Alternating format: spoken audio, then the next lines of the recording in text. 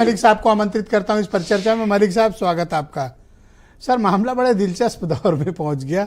आज 43 मिनट की स्पीच ने इनके यहाँ खलबली मचा दी आम आदमी पार्टी वालों को, और कांग्रेस का तो मैं समझ नहीं पाता हूं कि एक्चुअली ये क्या अचीव करना चाहते हैं।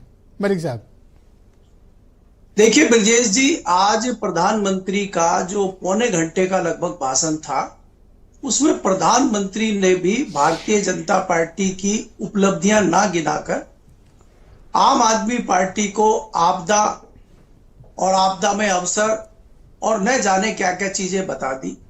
मैं पिछले कई दिनों से विश्लेषण दिल्ली में कर रहा हूं। अभी 2 दिन पहले शिवराज जी का बयान आया था कि हम दिल्ली के किसानों का भला करना चाहते हैं, लेकिन दिल्ली की मुख्यमंत्री की तरफ से किसानों के हित में कोई पत्र नहीं आया। जो हम लोग योजनाएं चला रहे हैं किसानों के हित में, उसके लिए योजनाओं की कोई चिट्ठी हमें दिल्ली से प्राप्त नहीं। उनको किसानों की याद भी दिल्ली में आ गई। अब जो मकान देने वाली बात है, आपने पूरे 5 साल में कोई मकान नहीं दिया, और आपने 4 लाख झुग्गियों को छोड़ के आपने 1600 मकानों की चाबी दे दी है। करीब 3000 मकान पिछले 10 सालों में बने हैं जो सरकार ने बनाए।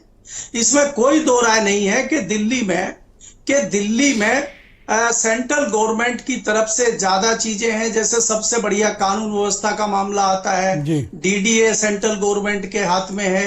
काफी सारी चीजें जो दखल अंदाजी यहाँ रहती है वो सेंट्रल गवर्नमेंट की रहती है। और केजरीवाल कई जगह खाली रस्म अदायगी और नाम के सीएम है, वो ज्यादा कुछ कर नहीं पाते। उसमें आपको देखते हैं कि एलजी कहीं ना कहीं अड़ंगा अटकाए रहते हैं अगर वो कुछ करने की कोशिश है। आजकल एलजी भी बहुत एक्टिव है। दूसरी चीज यहाँ पे ये देखना होगा कि जो अनूप संडा जी ने सवाल उठाया है वो मौजूद है कि दिल्ली में कानून व्यवस्था पिछले दिनों में बिगड़ी है। क्या सेंट्रल गवर्नमेंट ने उस पर कुछ ध्यान दिया है? क्योंकि दिल्ली पुलिस भी भारतीय जनता पार्टी की सरकार के अंदर आती है जी। इसके अलावा अगर हम बात करें, चाहे वो भारतीय जनता पार्टी हो चाहे वो आम आदमी पार्टी हो, चुनाव में आपदा में अवसर ढूंढ रहे हैं जी। लेकिन मुझे लगता है कि जिस प्रकार आम आदमी पार्टी के अरविंद केजरीवाल ने सारा कुछ छोड़ के उनको पुजारियों और मौलवियों की याद आई है या ग्रंथियों की याद आई है, ये जताता है कि चुनाव का मुद्दा सिर्फ वही है कि कैसे लोगों को भरमाया जाए, कैसे। पर मुझे मलिक साहब एक बात बताओ, ग्राउंड पे कुछ है नहीं। ये कौन सी नैतिकता है कि 4 जून के पहले ये लोग इकट्ठे होकर दिल्ली में चुनाव लड़ रहे थे, एक दूसरे के लिए वोट मांग रहे थे, आज एक दूसरे को गालियां दे रहे हैं? ये कौन सी नैतिकता है इनकी सर? देखिए ब्रजेश जी, अगर आप सियासत में नैतिकता ढूंढ रहे हैं तो फिर या तो आप अनजान जानबूझ के बन रहे हैं और या आप सियासत के बारे में जानते नहीं हैं। सर, वो आपकी बात वाली बात ज्यादा सही है। मैं एक भोला भाला एक शरीफ व्यक्ति हूं, मैं इन लोगों को पैतरे नहीं जानता। मैं सच कह रहा हूं आपसे।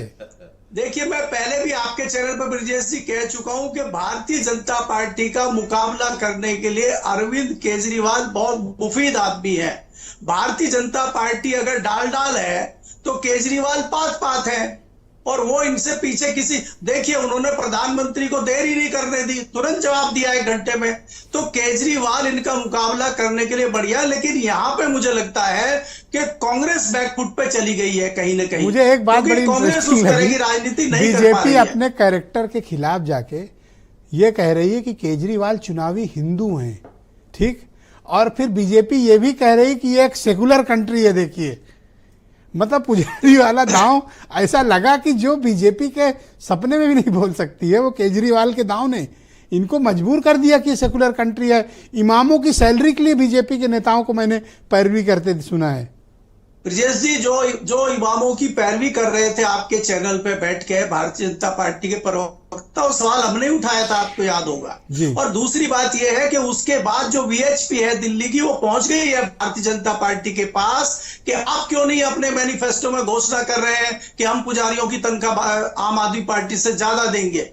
आप क्यों कर रहे हैं? देखिए, आप प्रधानमंत्री भी किस लेवल पर जाकर राजनीति कर रहे हैं कि अजमेर शरीफ जो चद्दर भेजी गई है, पिछले 11 साल से इतना दिखावा नहीं हो रहा था। इस बार सोशल मीडिया पे छाया हुआ अजमेर शरीफ पे चद्दर चढ़ाई जा रही है। जब पुजारी ग्रंथी ये पटाए ले रहे हैं तो इमाम और पादरी तो हमारी तरफ आ जाए।